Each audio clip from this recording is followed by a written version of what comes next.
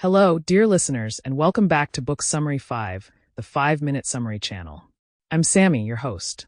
Today, we're diving into Wind, Sand, and Stars by Antoine de Saint-Exupéry, first published in 1939. This isn't your typical memoir. It's part adventure tale, part philosophical meditation, and deeply poetic from start to finish. Through vivid storytelling and quiet introspection, Saint-Exupéry shares not just what it means to be a pilot, but what it means to be human. So buckle up, let's soar through this one together, so you'll feel like you have read it cover to cover. Saint-Exupéry, the author of The Little Prince, was not only a writer, but also a pioneering aviator. This book is a reflection of his years flying mail routes in the early days of aviation, especially over the Sahara, the Andes, and other remote parts of the world. These were not the sleek, pressurized flights we know today. These were fragile planes made of canvas and wood, flying blind through storms, over mountains, and across deserts, with nothing but courage and instinct to guide the pilot. From the first pages, we're introduced to the beauty and danger of this world. Saint-Exupéry writes with awe about the silence of the skies, the solitude of flying at night, and the bond between man and machine. He doesn't just describe flying, he immerses us in it, taking us into the cockpit, letting us feel the vibrations of the engine and the hush of wind across the wings. There's a deep reverence for the landscape, especially the desert, which becomes almost a character in itself.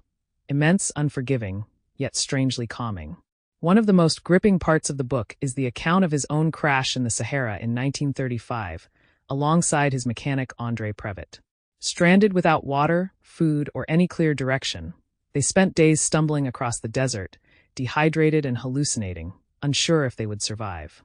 It's harrowing, but Saint-Exupéry doesn't linger on the fear.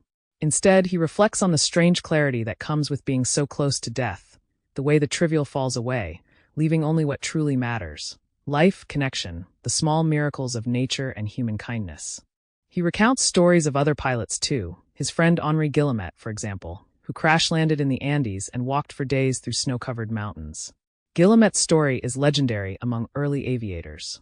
When he finally made it back, exhausted and frostbitten, he simply said, "What I have done, I swear to you, no animal would have done."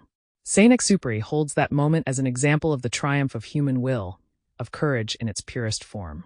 But Wind, Sand, and Stars is not just about physical bravery. It's also deeply spiritual. Saint-Exupéry reflects on the nature of friendship, duty, and purpose. He speaks of the quiet dignity of the shepherd, the miner, the peasant, the people who build the world, not for glory, but because it is their work, their part in the human story. He sees flying not just as a profession, but as a way to be closer to the truth of existence, stripped of comfort and distraction. His writing is filled with wonder and melancholy. He mourns the loss of innocence in a mechanized world and worries about a future that might forget what it means to feel deeply, to be connected to the land and to each other. But he never loses hope. Even in the face of death, he clings to the belief that love, loyalty, and the shared human struggle give life its meaning. By the end of the book, it's clear that this isn't just a story about flying, it's a meditation on living. It's about how, when we step out into the unknown, we discover who we really are. Saint-Exupéry invites us to remember that the greatest adventures are often the ones that bring us closer to others, to the earth, and to our own souls. Wind, Sand, and Stars is one of those rare books that lifts you up while grounding you at the same time. It reminds us that even in the harshest deserts of geography or of life, there is beauty, wisdom, and a reason to keep going. Thank you for tuning in to Book Summary 5, the 5-Minute Summary channel. If you enjoyed this summary, please subscribe, like, and share it with your friends. Until next time, happy reading.